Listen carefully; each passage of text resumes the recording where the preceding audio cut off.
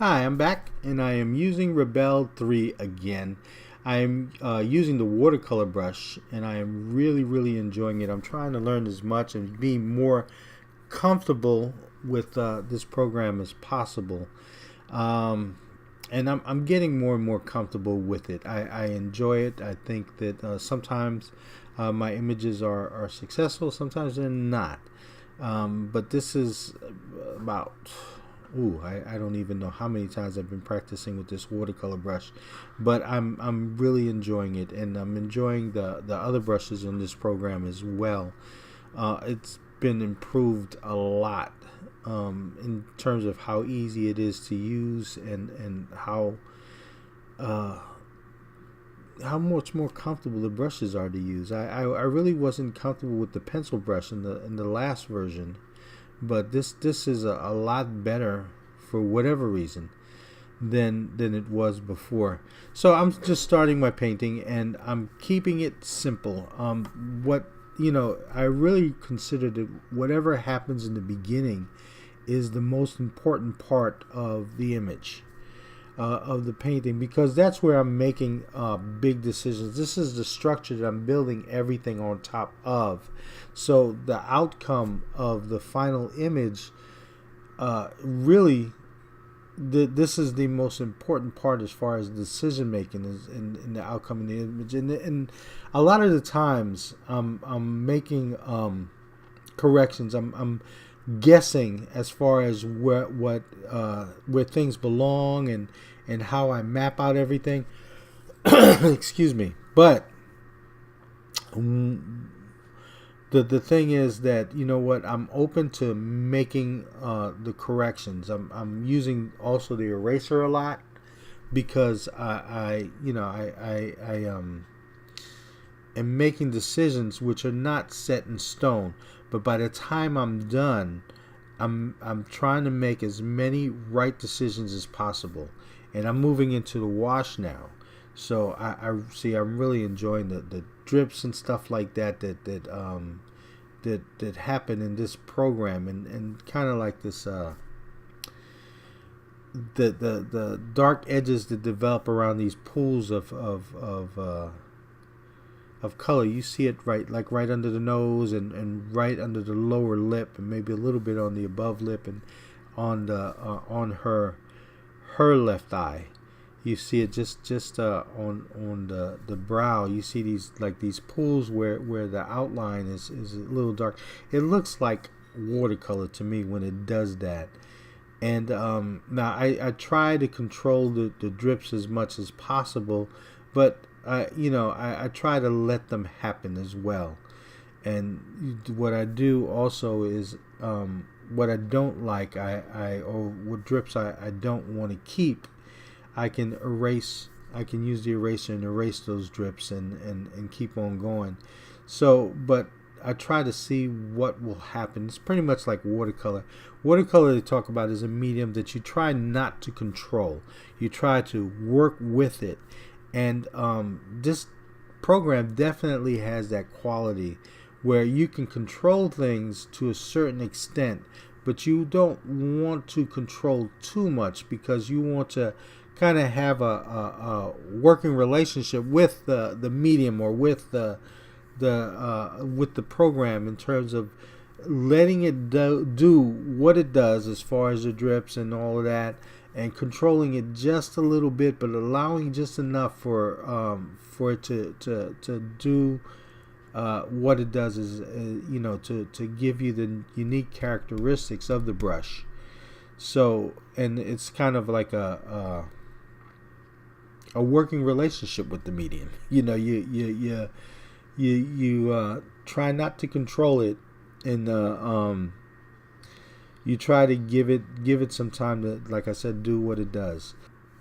Also, I know that I said that the very beginning is where you make all the major decisions, but even after that's done, after you finish penciling in and organizing and determining what are the patterns of light and dark, you don't let up. As when I go to this phase where I'm putting down the washes, I'm still making major decisions. it's still really the beginning of the painting. It's still me really organizing where things go. When I did the pencil drawing, it's kind of like an outline or a map of where I'm putting things down, where the features, the eyes, the nose, and the lips, and all that go, or it's encased within the head, the structure of the head, and so forth. And so there's that. And then there's, a map of the light and the dark. Also, I just want to mention, if you see like in this video where it seems to like blink or something like that, I'm taking photos of this as I go along, because I'm using this image as a tutorial in a PDF that I'm going to make and also put on Gumroad. I will leave a link because I had already taken care of that. I did this painting a little while ago. But in it, I discuss more fully how to use Rebel and how to control what I use to control the brush and so forth, and go into more detail about the program, which is hard to do in the little 15-minute clip where I speed everything up. I try to keep things I try to keep the time on these videos just long enough to hold people's attention and not try to overdo it. But in any case, there's a PDF of this and several other examples of paintings that I've done that I've already put out on Gumroad, and I'll leave the link below. But I'm to go ahead with this, I'm still organizing. And see, you look at I just erased some of those drips, but you see the drips that it leaves, and the unique characteristics of this program and this brush. It's fun to use. It really is. It's really a lot like watercolor, and I use watercolor traditionally. Somebody had made a comment on a painting that I had done in Rebel in the earlier version of it, and it's a watercolor. And the thing about it is that they're concerned that traditional watercolors were gonna become obsolete. I don't think so. I really don't think so. I think there's a place for everything. Initially I trained as a traditional artist, and I still am. I still paint in watercolor and gouache and casein. I don't do oils as much anymore, but I do love it. And of course, there's always the pencil, which which is something that I always use. I think that for several reasons. One, I think that digital art is just another medium. It's just the same thing as you have your oil painters, you have your watercolor painters, you have your pastel painters, you have people using different mediums, and digital art is just another medium. I'm still employing the same methods that I would use if I were painting in traditional watercolor. Now there's some changes because it is a different medium, but it's just like when you paint in watercolors. It's you paint similar to the way you do in oils. At least what you're trying to achieve is some consistency in the way you develop the image. But because it's a different medium, you go about it you may go about it in different ways, or you may employ a different method. But as a friend of mine used to say, there's different ways to get to grandma's house. You don't always have to take the same road. But so I think that it's just another medium. And two, I really think that you still need to train in traditional mediums, even if you're going to use digital art, if you're going to work digitally, because it's a way of connecting with nature. It's a way of connecting with real life. It's a way of taking your watercolors and so forth and going out there and painting and observing nature and making decisions about what you see. It's also a way of getting familiar with the medium.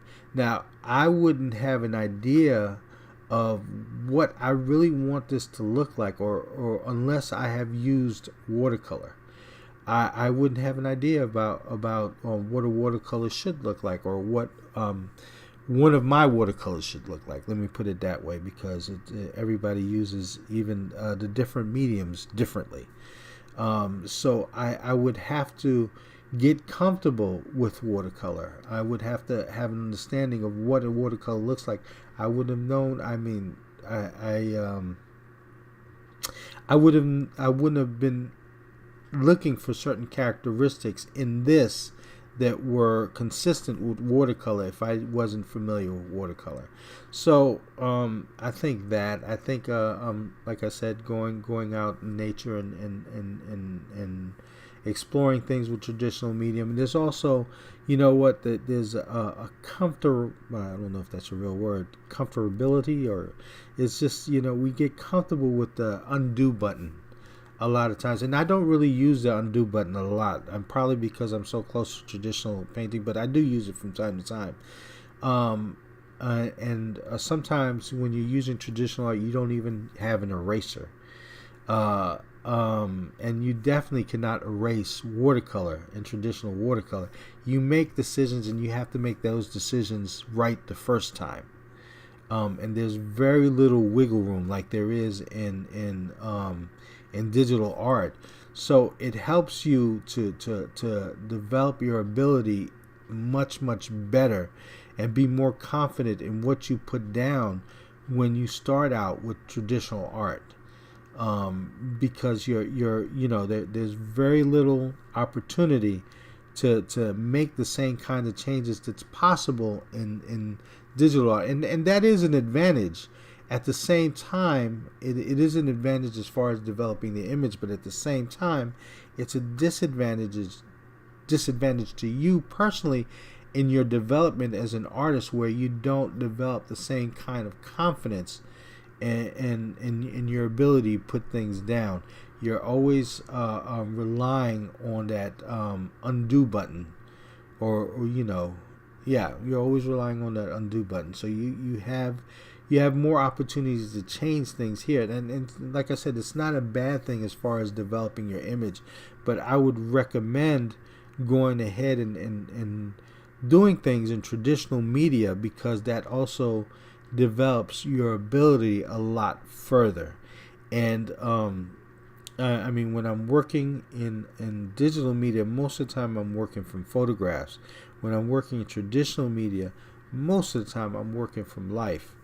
And there's a difference. You see more things in life than you do in a photograph. If you're using a photograph by a clever photographer, don't do that, because it's copyrighted. That's somebody else's vision. But I mean, there are, and not that I wouldn't use a photograph that someone has put down for an artist's use to practice their craft and so forth, which is the case of this.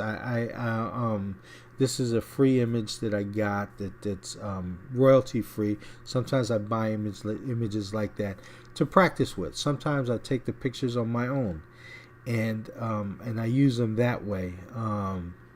It's basically if I'm using it to practice my craft, to practice the medium. Sometimes if I take it on my own, I'm trying to develop a painting, so that I use it to develop the painting. But you get a lot further in learning and observing things from life than you do from photographs, because photographs kind of limit you. You're limited to what you see in the photograph. Now you can make changes and you can use your imagination, but if you're practicing how things look in nature, it kind of takes that away as well. Anyway, here I am at the color phase, and I'm using the color blend mode and the multiply blend mode, and I take down the opacity and the layers when I use them. And I don't blend these blend modes, the color and the multiply. I don't merge them, rather. I don't merge them, because then it does something funny to the color afterwards. Then what I would do is that after I finish using those, I would open a normal blend mode, lower the opacity, and make changes there. And that also adds more brush strokes to the image in terms of more drips and stuff like that that become more permanent. This is my finished image. I hope that you enjoyed this video. I will put links below to the PDF. That it's a 60-page PDF where I go into a further explanation of how I develop these paintings. So until next video, I will see you then. Bye-bye.